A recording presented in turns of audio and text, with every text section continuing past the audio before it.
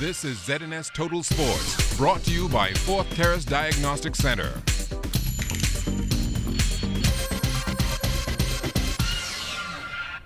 Welcome to sports, everybody. 2015 is expected to be a big year for tennis in the Bahamas, and there's already some good news to report.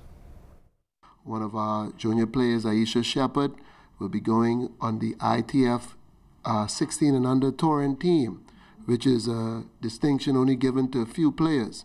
And she will be traveling to Mexico, El Salvador, and the Dominican Republic to play with the best players in the North American and South America region.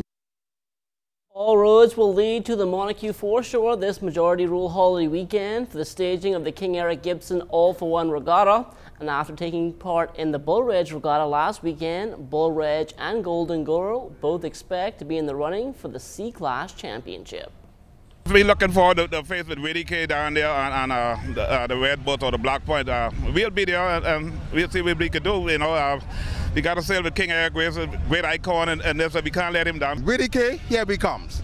WDK is the big boat down there, and we all of this practicing for, all this sailing for, is for WDK.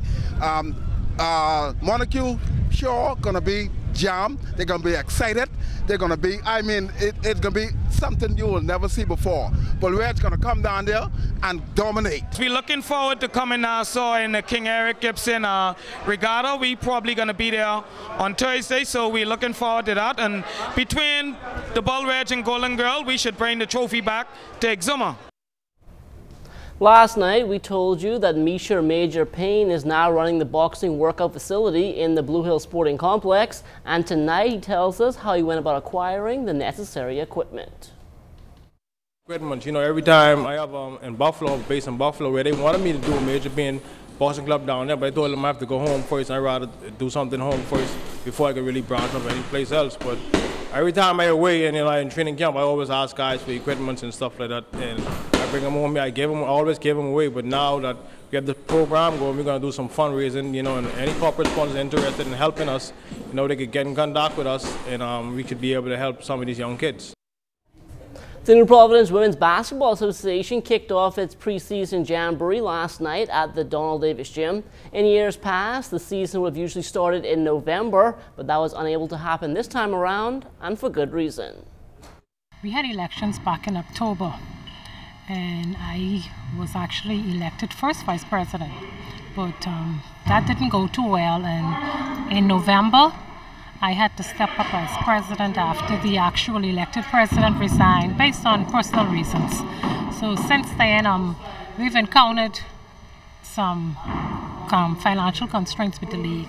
So number one, I had to make a decision, me and my team, to push the league back to a January start.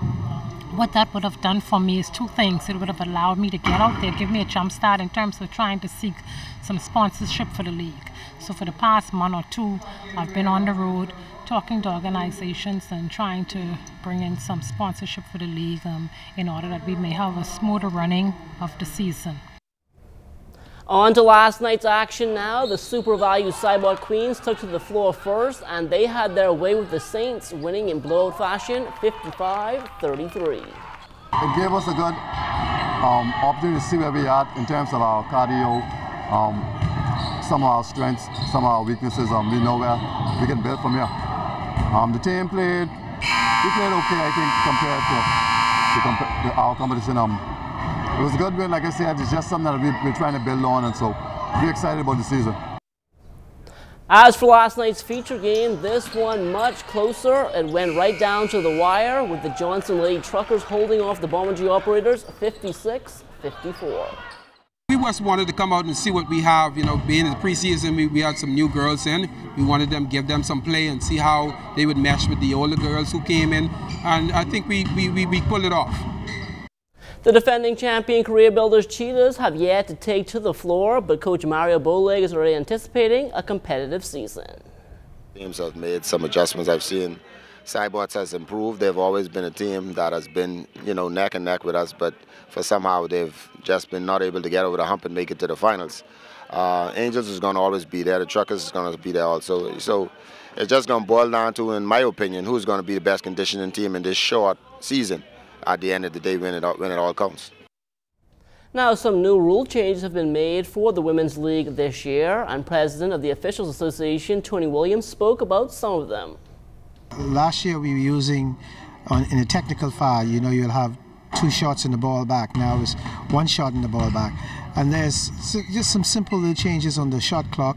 If the offensive team shot for goal hits the rim and the offensive team reset it, we would reset the clock back to 14 seconds. So instead of using back to 24, we normally use it. It's just 1 or 2. They 2 of the major rule has changed.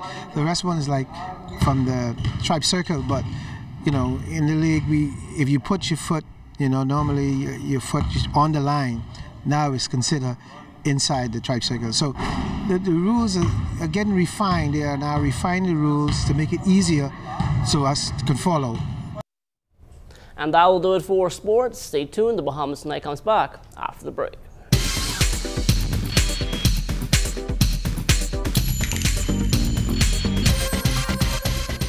This is ZNS Total Sports, brought to you by 4th Terrace Diagnostic Center.